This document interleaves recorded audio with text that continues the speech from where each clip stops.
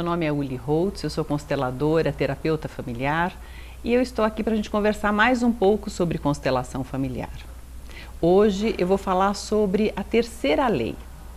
No programa anterior eu falei sobre as outras duas leis, pertencimento e hierarquia, e hoje eu vou falar para vocês um pouquinho da terceira lei, que é o equilíbrio entre o dar e o tomar. E se vocês tiverem interesse, vocês podem procurar no YouTube ou em Máximo Comunicação, em TV Com, no YouTube também esses outros vídeos, que se vocês tiverem interesse de assistir. Então hoje nós vamos falar sobre a lei do equilíbrio entre o dar e o tomar. E do que trata esta lei? Esta lei é também, assim como as demais leis, uma lei que atua sobre os nossos relacionamentos, quer nós tenhamos consciência disso ou não. E a lei do equilíbrio, ela tem algumas nuances. Numa primeira nuance, a lei do equilíbrio conta sobre a relação pais e filhos, onde os pais dão vida e os filhos recebem. Então, onde os pais são os grandes e os filhos são os pequenos. Os filhos tomam dos pais a vida que receberam deles. E os nossos pais, por sua vez, são os pequenos em relação aos pais deles, que são os grandes.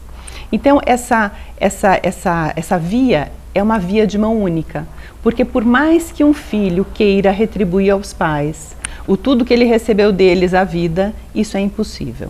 Os filhos, como é que eles conseguem, digamos, compensar isso de uma certa forma? Passando vida adiante nos próprios filhos. Então, quando esses filhos crescem, encontram parceiros e, de repente, têm os próprios filhos. Então, nos netos, a gente paga, digamos assim, aos nossos pais a vida que a gente recebeu deles. Uma segunda nuance dessa lei é o relacionamento de vínculo. Então, por exemplo, numa relação de vínculo, quer dizer, pode ser um relacionamento de amizade, pode ser um relacionamento de casal. Qual é, digamos, a importância deste equilíbrio? Se eu quero manter um vínculo com alguém, eu dou um algo, e aí este alguém também vai se sentir em dívida em relação a mim, porque ele recebeu algo de mim, e impulsionado a retribuir. Se ele retribui em igual medida, ou seja, nós estamos quites, então eu não te devo nada, você não me deve nada, esse vínculo ele se afrouxa e cada um pode ir para o seu lado. Então, nesse tipo de relação, por exemplo, uma relação comercial, eu compro alguma coisa, pago por isso e recebo um produto, então a gente se desvincula, vai cada um para o seu lado. Numa relação de vínculo, se eu quero manter este vínculo, se eu recebo algo, eu retribuo um pouquinho a mais também, porque agora acontece o que aqui? Este é que ficou devendo e esse aqui vai ter vontade também de retribuir. E se ele retribui um pouquinho mais, depois é esse que deve e vai querer retribuir também. E aqui a gente entra numa relação que a gente chama de troca no positivo. Agora, o que é que pode acontecer também nesse vínculo? Às vezes a gente recebe algo negativo. Então, por exemplo, no casal pode acontecer, por exemplo, uma traição.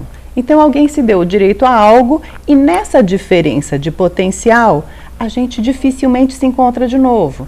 Porque esse aqui vai dizer, puxa, eu sinto muito. E esse aqui vai dizer, não dá para confiar mais, alguma coisa parece que quebrou. Então, qual é, digamos, a solução sistêmica? Eu recebi algo no negativo, eu retribuo também no negativo um pouquinho menos. Porque se eu retribuo em igual medida ou um pouquinho a mais, o que vai acontecer aqui? A gente vai começar uma troca no negativo. E dentro dessa troca no negativo, a gente realmente aí termina uma relação de uma forma muito triste. Então, qual é a solução sistêmica? Eu devolvo algo um pouquinho a menos. Porque o que acontece aqui? Nesse lugar, eu não sou nem melhor e nem pior do que o outro. E o outro não é nem melhor e nem pior do que eu. E aqui a gente pode fazer um novo combinado e começar a trocar no positivo de novo. E como é que é, digamos, essa, entre aspas, vingança, essa compensação? Precisa ser na mesma moeda? Não. Precisa ser de alguma forma que eu bole alguma coisa com criatividade e que eu sinta que eu fui compensada.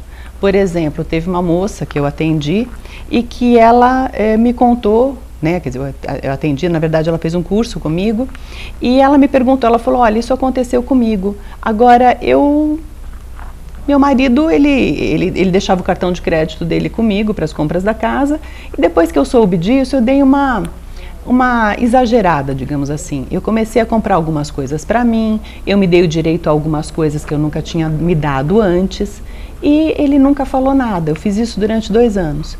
E depois eu cansei e tudo bem. E eu me senti compensada. Então, se essa foi a maneira de encontrar essa compensação, ótimo. Agora, cada um vai encontrar uma forma de compensar isso, e nesse ponto a gente pode fazer de novo um novo combinado e começar a trocar no positivo de novo. Outra coisa, né, a terceira nuance desse equilíbrio, que é o que a gente chama de dívida sistêmica ou compensação arcaica. Como é que isso funciona? Antes de falar nessa dívida arcaica, eu quero só colocar mais um parênteses, só para colocar uma pulguinha, porque às vezes tem aquela coisa do julgamento. Às vezes a gente pensa, puxa, mas eu fui traída, eu sou a melhor, ele é o desgraçado que me traiu. Quando na verdade, quando a gente coloca em constelação, às vezes aparece o quê? Isso, eu estou colocando aqui um homem que traiu uma mulher, mas poderia ser o contrário, tá, pessoal? Uma mulher que traiu um marido, também pode ser. Mas às vezes a gente vê na constelação uma pessoa colocando dessa maneira, ou numa constelação aparecendo dessa forma. O que isso mostra pra gente? Que neste caso essa mulher traiu, mas ela olha para ele. Ele é que não está disponível, como se ele não tivesse olhos para ela. E aí de repente aparece alguém na vida dela, e ela tem um caso, por exemplo. Poderia ser o contrário também, quando ele olha para ela, mas ela não está disponível. E de repente aparece aqui uma mulher aqui na vida dele, e ele tem um caso, e depois, quer dizer, percebe que essas nuances desse trabalho a gente só percebe mesmo quando a gente coloca em constelação. Antes, a gente não saberia. Quer dizer, para onde o amor dessa mulher olha, que ela não tem olhos, que ela está de costas para esse relacionamento. E às vezes a gente está de costas para os filhos também. No caso da compensação arcaica, né, ou a compensação, a dívida sistêmica, eu já vi que o nosso tempo acabou mais uma vez, então no próximo programa eu vou falar sobre essa compensação arcaica ou dívida sistêmica, dentro dessa última nuance dessa lei que fala sobre o equilíbrio entre o dar e o receber ou o dar e o tomar. Então, se vocês gostaram, assistam o próximo programa. Até mais!